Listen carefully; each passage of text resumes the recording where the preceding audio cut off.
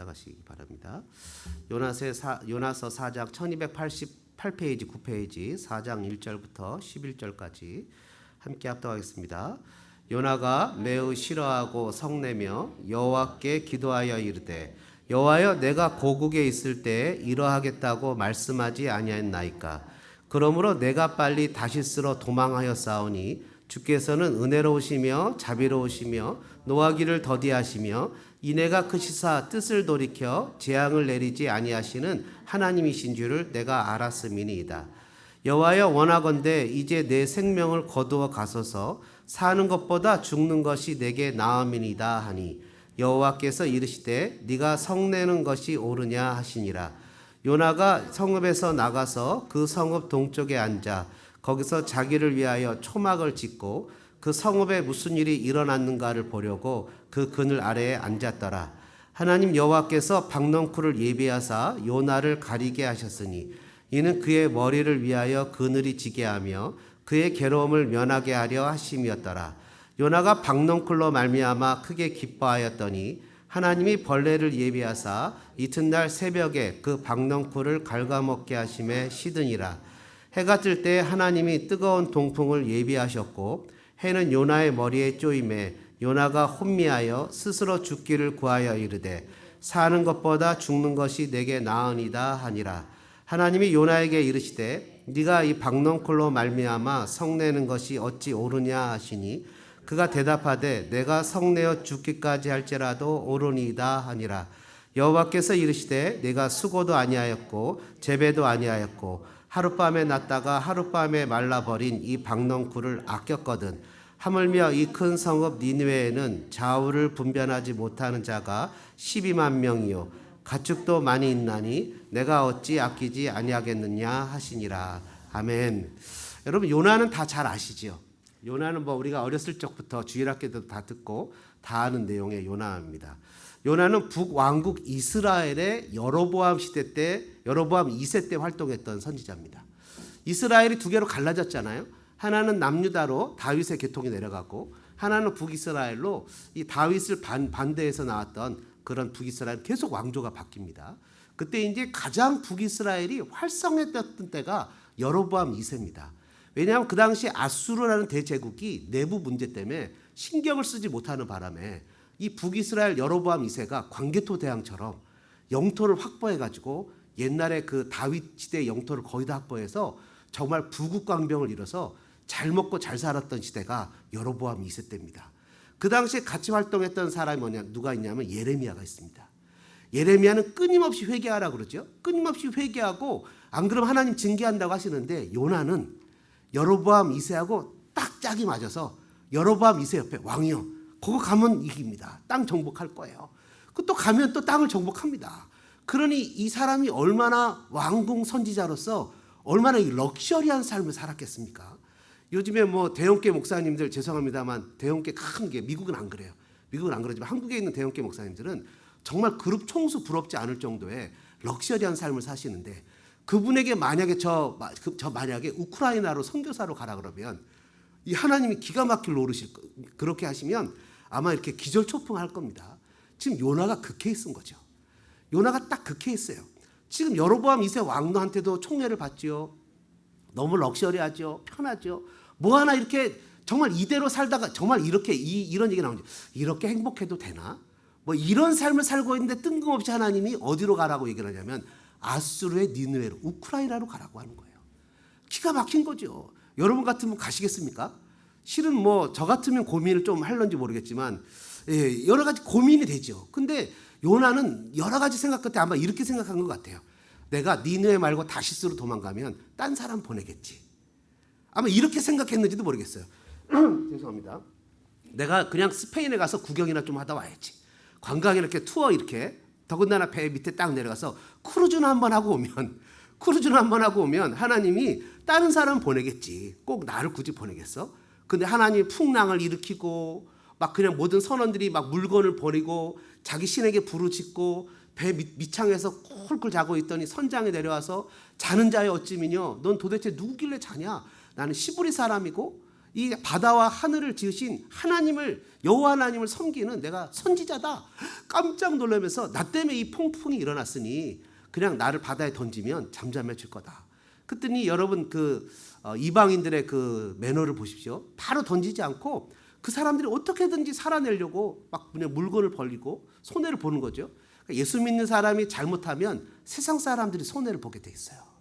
이 사람들이 잘 몰라서 그렇지 우리한테 잘해야, 우리가 하나님을 잘 섬겨야 세상도 복을 받습니다. 소돔과 고모라가 왜 멸망당했어요? 믿는 사람이 없어서 소돔과 고모라가 멸망당했지 않습니까? 몇 명만 있었어도 그렇게 멸망당하지 않아요. 미국의 청년들이 LA를 타락의 도시로 여기고 어떻게든 LA 와서 한번 놀아보는 게 꿈이라고 합니다. 근데 이 LA가 정말 깨끗해지고 있고 LA가 멸망하지 않고 더 좋아지고 있는 이유는 여러분들이 계시기 때문이에요.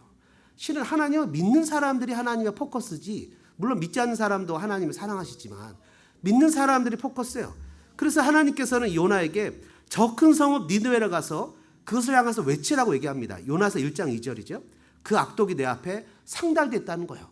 하나님은 믿는 자의 하나님만이 아니라 믿지 않는 자의 하나님이에요. 그래서 소돔과 고모라 같이 믿지 않는 자들의 너무나 강포와 가난한 자를 억압하고 또 우상에 많이 빠져 있거나 잘못하면 그들을 면합니다. 가나안 땅이 온통 엄청 타락했었잖아요. 가나안 땅이 얼마나 타락했는지는 레위기에 보면 너무 잘 나와 있습니다.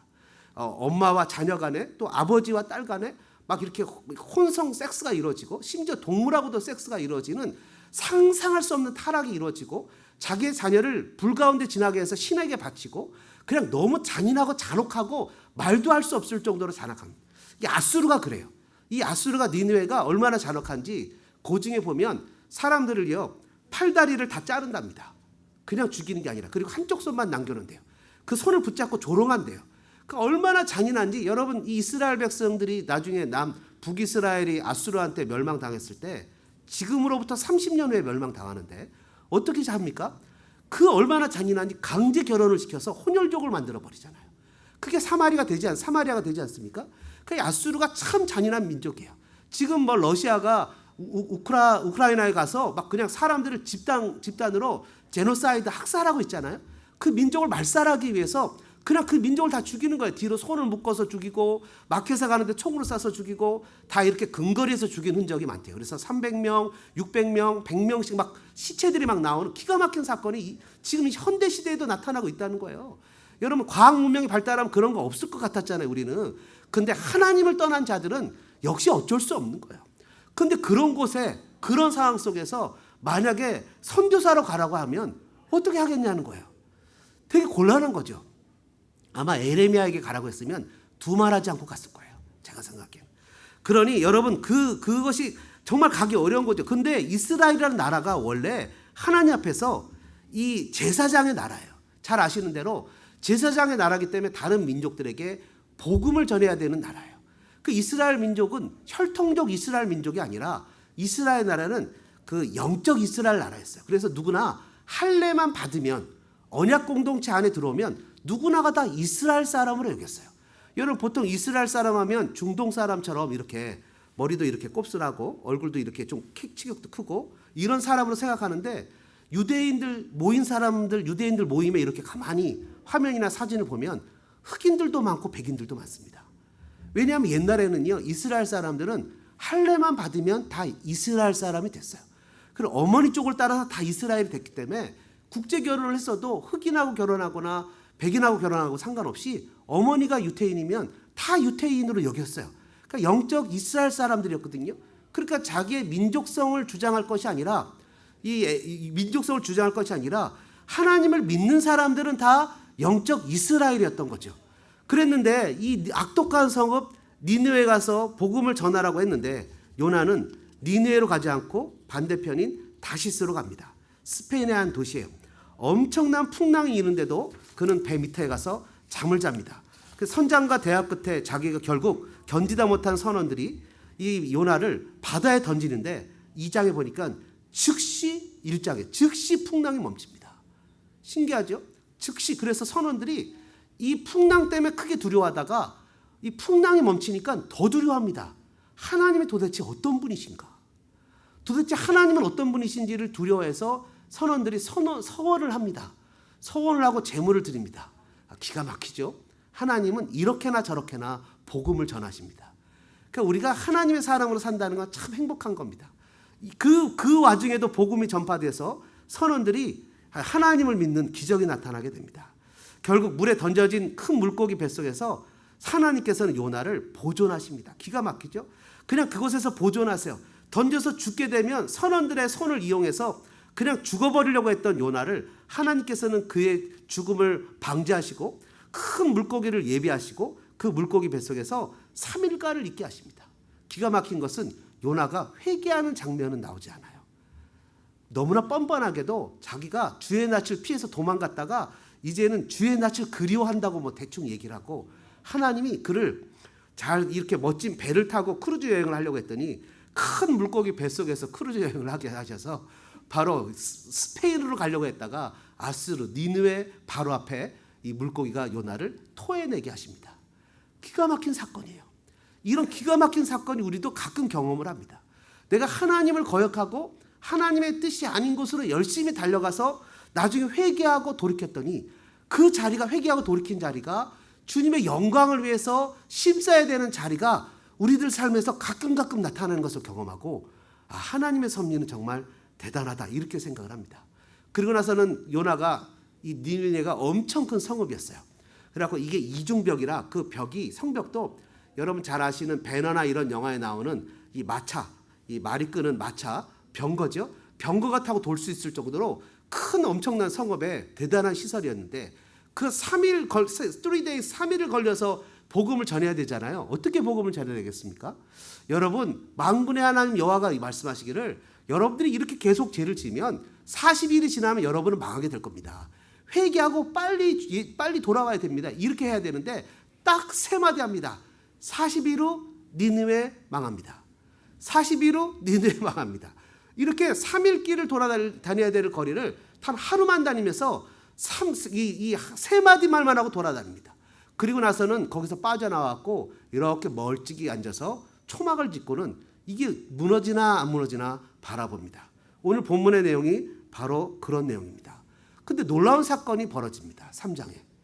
여러분 이 12만 명이나 되는 인구의 이 아수르에 있는 이 그 니느웨 사람들이 기가 막히게 그 베옷을 입고 제 위에 올라앉아서 금식을 하기 시작합니다.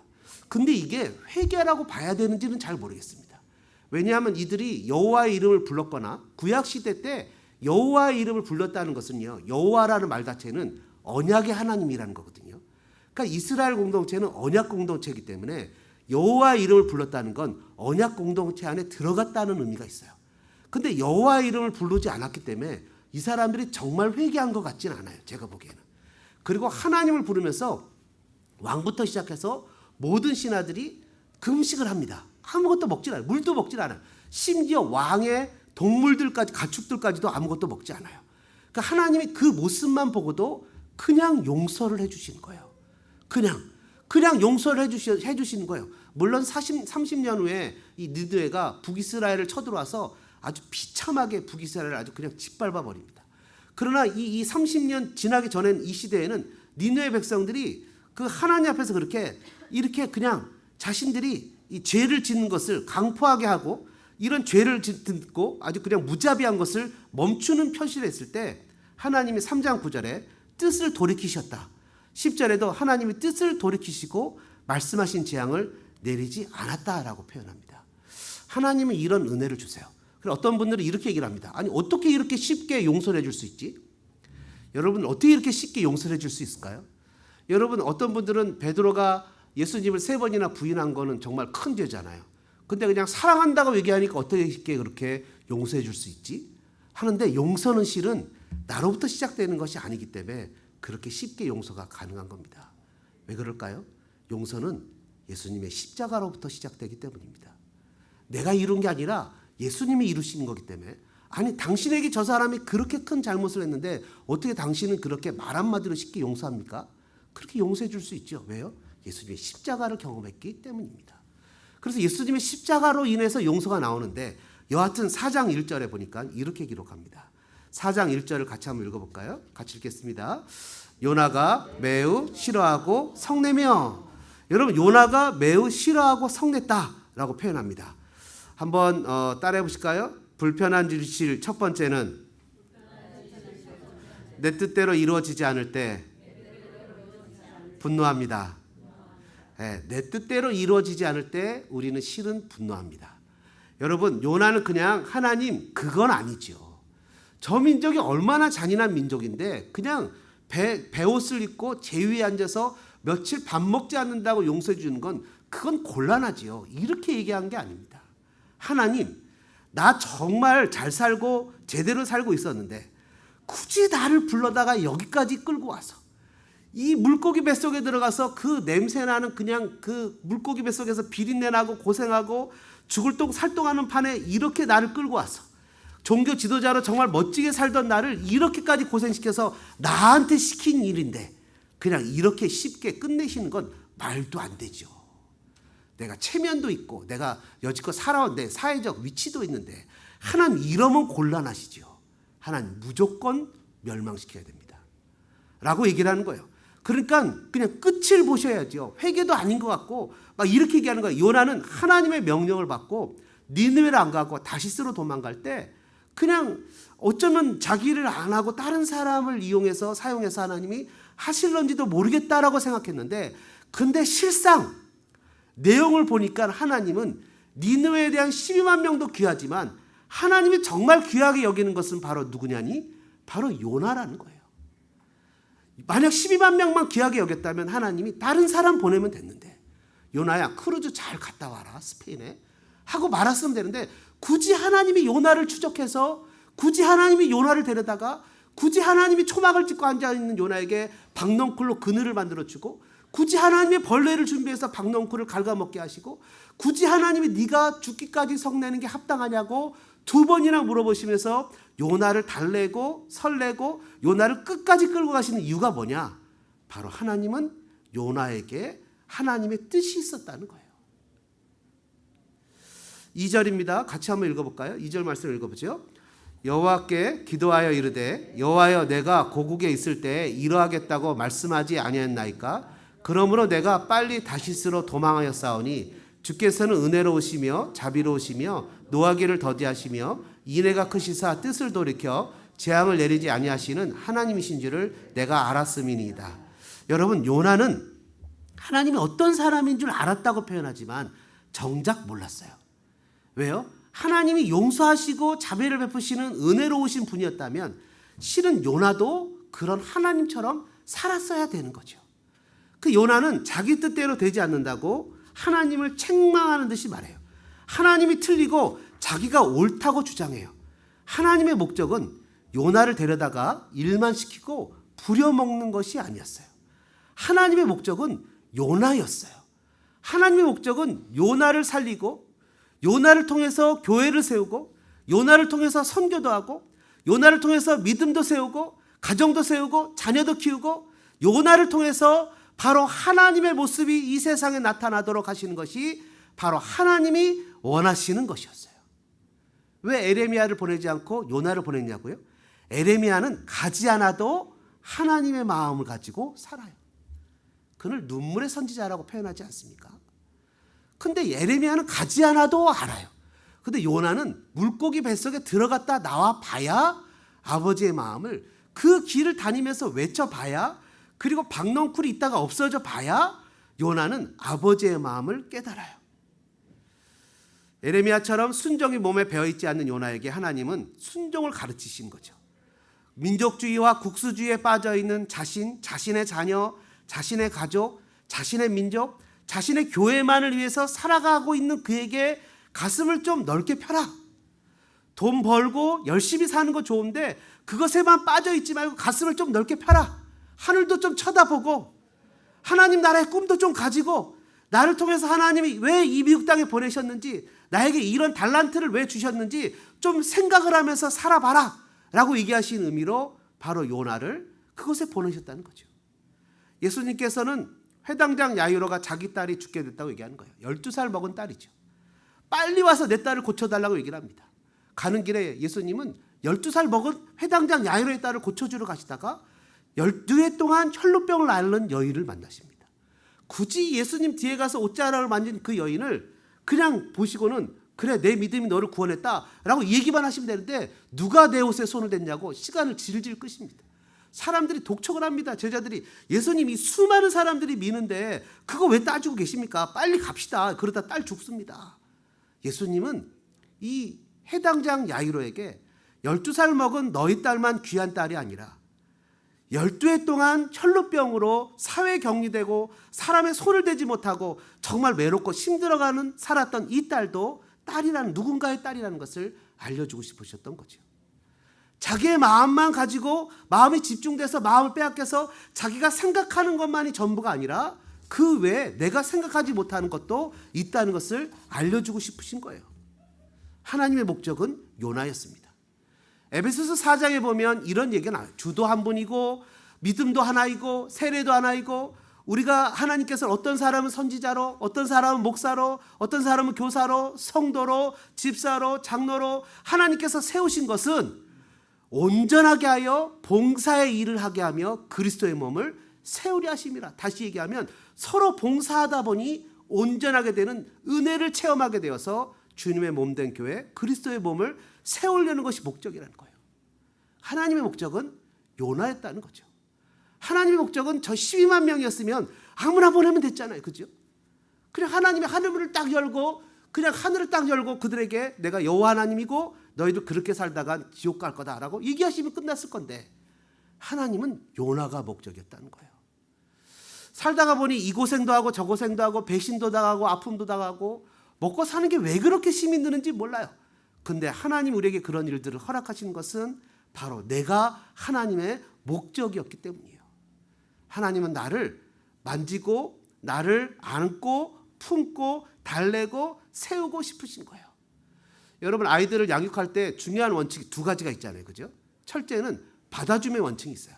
뭐를 잘못하면 야, 너 이거 왜 이렇게 했어? 하는 게 아니라 집사님 쳐다보고 한 게 아니라 이쪽 보고 야, 너 왜 이렇게 했어? 이제 이렇게 얘기를 하는 게 아니라 그랬구나. 네가 이렇게 했구나. 근데 이건 이렇게 하면 안 되는 거야. 하고 받아줌의 원칙이 첫 번째고 두 번째는 프레임, 선을 만들어주는 게 두 번째 원칙이죠. 근데 받아주지도 않고 야단을 치고 선도 만들어지지 않는 애들은 죽었다 깨도 엄마 아빠 말을 안 듣고 뒤집어집니다. 그러니까 아이들이 힘들고 어려워도 계속 받아주고 선을 만들어야 되는 거예요. 이게 그런 하나님이 요나를 받아주잖아요. 그래서 그게 옳으냐? 그게 옳으냐? 그러면서 하나님이 선을 만들어주잖아요. 12만 명을 아껴야 되지 않겠냐? 아껴야 되지 않겠냐? 여러분 그러면서 이런 분노하는 것에 대해서 분노하는 아이들에 대해서 우리가 그 교육학에서 가르쳐 주듯이 하나님은 이 요나를 아이를 다루듯이 지금 다루시잖아요. 마치 내 아이를 마치 우리들이 하나님 이거 아니죠 라고 하는데 어느 순간 내가 하나님이 나를 사랑하시는 것을 알게 되잖아요. 베드로도 네가 나를 사랑하냐? 그러니까 예수님 받아주시잖아요. 153마리의 물고기를 잡게 하셔서 그 베드로가 세잖아요. 153마리. 그것도 큰 물고기잖아요. 그물이 찢어지지 않는 기적이 나타나잖아요. 그리고 떡도 먹여주시고 밥도 먹여주시잖아요. 여러분 예수님이 셰프면 얼마나 맛있었겠습니까? 오늘 김밥이 기대되십니까? 우엉김밥입니다. 예수님이 셰프면 얼마나 맛있었겠어요. 사람이요 잘 먹어야 되는 거예요. 그래서 맛있게 먹었단 말이죠. 베드로가 받아줬어요. 배도 부르고 따뜻하고 밤새 힘들었는데 따뜻한 숯불도 있고 딱 하는데 예수님이 네가 날 사랑하냐? 아 예수님 사랑하죠. 네가 날 사랑하냐? 아 예수님 사랑하죠. 두 번째까지는 좋았어요. 네가 나를 사랑하냐? 세 번 얘기하니 자기가 세 번 부인한 게 번뜩 떠오르는 거예요. 세 번. 그래서 근심하여 주께서 모든 것을 아시오니 이제 자세가 변하기 시작했어요. 주님이 받아주시고 선을 긋잖아요. 그러면서 뭐라고 표현하냐면 네가 나를 사랑하는 그 사랑은 그냥 감정에 의해서 예수님 사랑해요 라고 얘기하는 사랑이 아니라 어떤 사랑이에요? 그 작은 계집종 앞에서도 부인하지 않는 목숨을 걸 수 있는 마음을 다하고 힘을 다하고 뜻을 다하고 목숨을 다하는 그 사랑으로 사랑하냐? 그러니까 근심하여 이르되 주님 내가 주님을 사랑하는 줄 주께서 아시나이다. 받아주고 선을 그어주잖아요. 하나님께서 요나를 받아주고 선을 그어주잖아요. 이 사람을 아껴야 되지 않겠니? 10만 명을 아껴야 되지 않겠니? 여러분 잘 아시는 하나님께서 요나에게 영적 수술을 하기 시작하지 않습니까? 요나는 하나님과의 관계가 사무적이었어요. 마치 누가복음 15장에 나오는 탕자의 마음과 똑같습니다. 그 형의 마음과 똑같아요. 탕자의 형은요, 아버지의 마음을 이해하지 못합니다. 아니 어떻게 저런 동생을, 아버지 돌아가시기 전에 재산을 먼저 달라고 해서 간 저런 배은망덕한 놈을 용서해 주냔 말이죠. 어떻게 그냥 저런 놈을 그냥 받아주고 안아주고 입혀주고 먹여주고 뽀뽀해주고 신발 시켜주고 옷 입혀주고 송아지 잡아서 잔치해주고 나는 아버지를 위해서 그렇게 죽도록 일을 했는데 내 건 하나 잡아주지 못하고 어떻게 이럴 수 있냐는 말이죠. 너무 막 분이 나고 화가 났잖아요. 그러니까 뭐라고 표현합니까? 사무적이죠. 아버지와의 관계가 사무적이에요. 근데 아버지 뭐라 그래요? 내게 다 네 건데. 내게 다 네 건데. 내가 한 번도 너한테 그렇게 죽으라고 일하라고 요구한 적이 없는데. 그냥 나한테 잘 보이려고 네가 내 죽으면 재산 어떻게 더 받아가려고 네가 그런 건데. 여러분 신앙생활 이렇게 하시는 분들 정말 많습니다. 하나님 앞에서 자유를 누리지 못한 채 하나님 앞에 벌 받을까 봐, 그리고 이렇게 열심히 하면 또 복 주실까 봐 하나님을 사무적으로 대하는 사람들이 실은 너무나 많아요. 저는 여러분들이 주님 안에서 자유하시기를 주님의 이름으로 축복합니다. 이렇게 얘기하면 어떤 분들이 그래요. 목사님 그렇게 얘기하면 성도들이 방종하잖아요. 그렇게 얘기하지 말고 마지막 때에 그렇게 살면 안 됩니다. 목소리도 좀 이렇게 바꿔서 이렇게 얘기하셔야지 열심히 신앙생활하죠. 그런데 하나님의 사랑을 깨달은 사람은 내 사랑하는 예수님 앞에 다시는 상처를 주고 싶지 않아요. 내 사랑하는 예수님 앞에는 다시는 아픔을 주고 싶지 않아서 누가 시키지 않아도 그 은혜에 반응해서 신앙하게 돼 있어요. 그 은혜에 반응해서 하나님을 더 사랑하고 싶어 해요. 여러분 포도원의 품꾼의 비유를 보면 오전 6시에 일한 사람이나 12시에 일한 사람이나 오후 3시에 일한 사람이나 심지어 오후 5시에 와서 1시간밖에 일하지 않은 사람도 품삯이 똑같아요. 그럼 그렇게 얘기를 하는 거예요. 아니 어떻게 이렇게 줄 수 있냐고, 이거 불공평한 거 아니냐고, 언페어하다고 얘기를 하면서 주인한테 불평을 하는데 주인이 이렇게 얘기를 하죠. 내 것을 가지고 내가 주는데 나의 선한 행동, 저 5시에 온 사람도 불쌍해서 3시에 온 사람도 불쌍해서 12시에 온 사람도 불쌍해서 내가 선을 베푸는데 내 선 때문에 네가 불평하는 이유가 뭐냐. 저 12만 명이 내 앞에서 겸비하고 돌아왔는데 그들의 선한 행위를 보고 내가 그들을 용서해주는 선한 행동을 보고 네가 불평하는 이유가 뭐냐. 내가 저 사람을 용서해주고 품어주고 신앙이 약하다고 해서 좀 다독거려줬는데 그렇게 기준도 없고 규칙도 없고 마음대로 하냐고 하면서 불평하고 컴플레인하는 너는 도대체 누구냐. 이건 김국환이 부른 노래 너는 누구냐 이 노래가 아닙니다. 너는 도대체 누구냐. 예? 이 연상하면서 웃으시는 분들은 하나님 앞에서 이게 마음을 좀 은혜의 마음을 가지셔야 돼요. 너는 누구냐 했더니 김국환 노래를 연상하면서 노래를 따라 부르는 분들이 계세요. 그게 내가 사랑해서 선을 가지고 컴플레인하는 것은 도대체 무슨 이유가 있는 겁니까?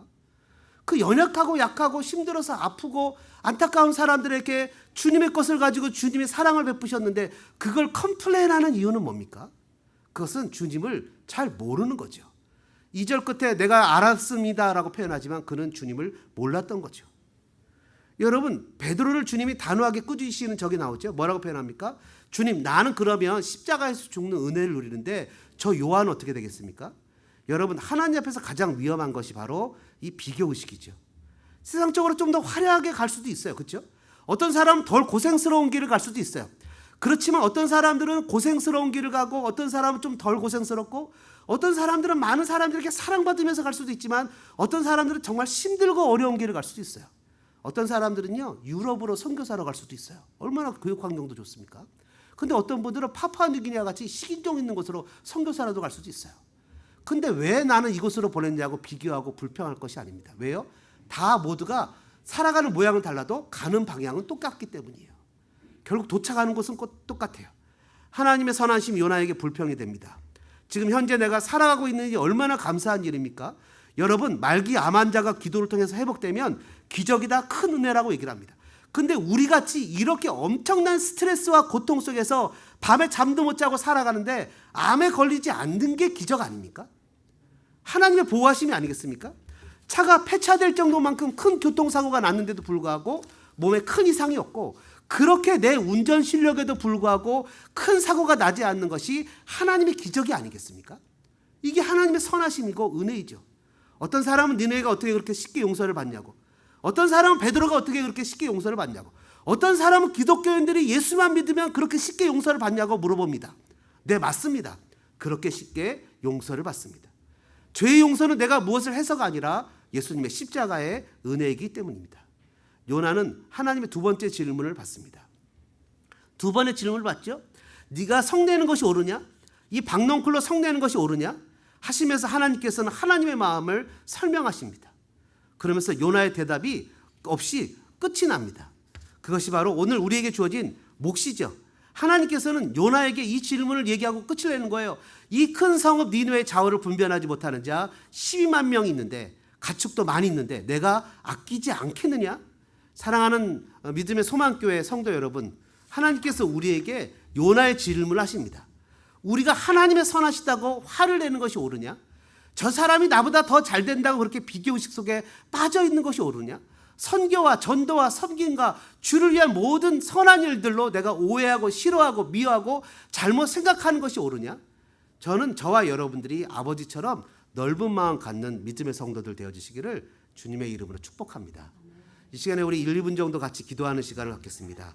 이렇게 기도하면 좋겠습니다. 하나님, 제 마음이 요나와 같았습니까? 선하고 옳은 일 때문에 제가 마음이 혹시 불평하고 투덜댔던 적이 있습니까? 비교의식 속에 빠져서 누구는 더 좋은 길로 가고 나는 이렇게 힘든 길로 가냐고 얘기한 적은 없었습니까? 결국 하나님, 가는 방향이 똑같지 않습니까? 하나님, 저도 정말 주님의 마음을 갖기를 원합니다. 하나님의 선한 일을 할 수 있는 넉넉한 사람 되어지기를 원합니다.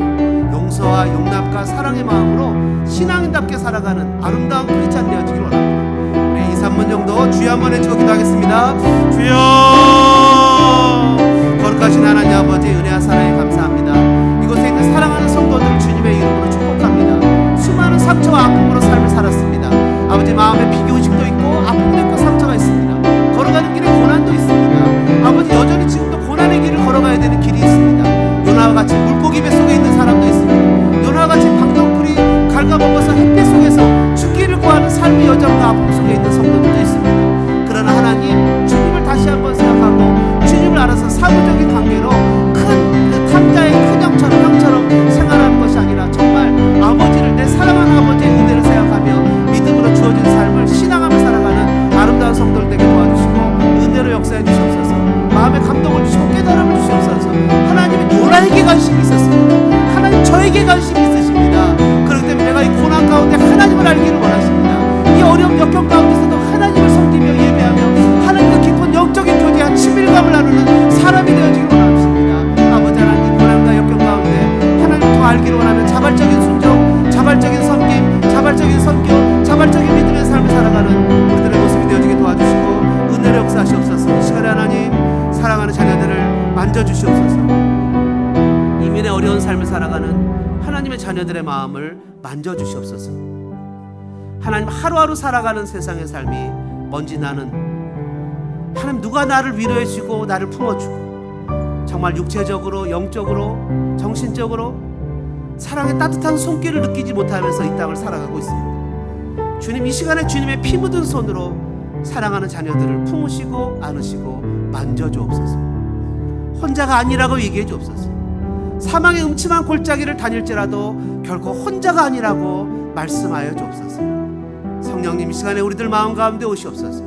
상하고 깨지고 아픈 심령마다 위로해 주셔서 정말 하나님이 어떤 분인지 깊이 있게 깨달아 저희들 하나님 요나와 같이 사무적으로 하나님을 대하는 삶이 아니라 정말 주님과 깊이 있는 친밀한 교제의 관계를 갖는 믿음의 사람이 되게 우리를 도와주옵소서. 주님, 역사하실 주님을 신뢰합니다. 주님, 이곳에 오시옵소서. 성령 하나님, 성령 하나님, 나를 만지소서. 상하고 깨어져 지친 나를 새롭게 하소서. 성령의 바람 시들은 내여 살리소서. 성령 하나님, 나를 만지소서. 성령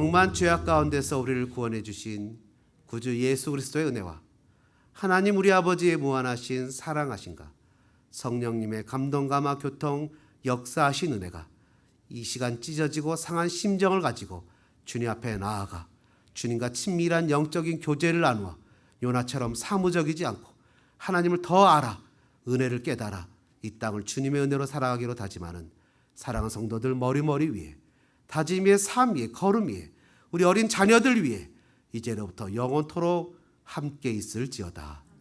아멘.